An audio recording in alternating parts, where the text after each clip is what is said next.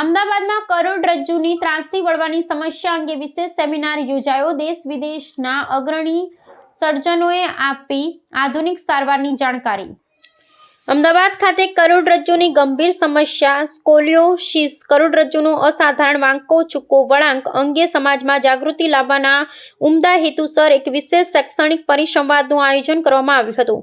આ કાર્યક્રમમાં ભારત સહિત વિશ્વના વિવિધ દેશોના ખ્યાતનામ કરોડરજ્જુના શસ્ત્રક્રિયા નિષ્ણાંતો એક મંચ પર એકત્રિત થયા હતા। સેમિનારનો મુખ્ય ઉદ્દેશ્ય સામાન્ય જનતા અને તબીબી ક્ષેત્રના વિદ્યાર્થીઓને આ બીમારીના પ્રારંભિક લક્ષણો અને તેના નિદાન માટે ઉપલબ્ધ આધુનિક વિકલ્પો થી માહિતગાર કરવાનો હતો।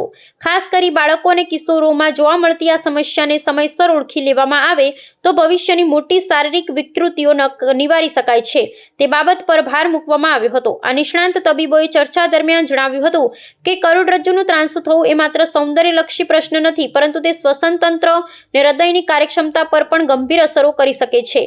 પરિસંવાદમાં ઉપસ્થિત સર્જનોએ શસ્ત્રક્રિયાની નવીનતમ પદ્ધતિઓ, રોબોટિક સહાયિત પ્રક્રિયાઓ અને અત્યાધુનિક ઉપકરણોનો ઉપયોગ અંગે પોતાનો અનુભવ વહેંચ્યા હતા।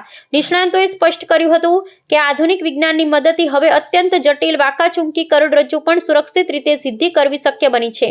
આ કાર્યક્રમમાં ઉપસ્થિત મહાનુભાવોએ દર્દીઓને ભયમુક્ત બની નિષ્ણાંત તબીબોની સલાહ લેવા અનુરોધ કર્યો હતો।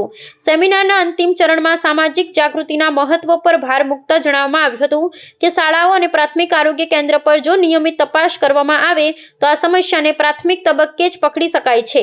આંતરરાષ્ટ્રીય સ્તરના તબીબોના એકત્રીકરણથી સ્થાનિક તબીબોને પણ જટિલ કિસ્સાઓમાં શ્રેષ્ઠ માર્ગદર્શન પ્રાપ્ત થયું હતું। આયોજનને પગલે આગામી સમયમાં ગુજરાતમાં સ્પાઇન સર્જરી ક્ષેત્રે નવા સંશોધનો ને સુવિધાઓમાં વધારો થવાની આશા સેવાઈ રહી છે।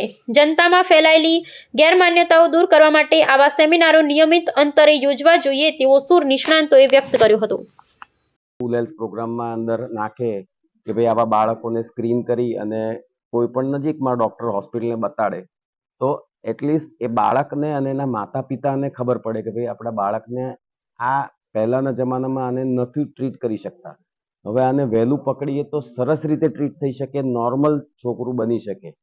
તો એ અભિગમ ઇન્ડિવિજ્યુઅલ લેવલે, NGO લેવલે અને રાજ્ય સરકારના લેવલે આપણે કરવો બહુ જ જરૂર છે। There are two purposes. One is for making the awareness of scoliosis to the general public, and secondly to teach the junior doctors about how to manage it more effectively and to teach the surgical skills.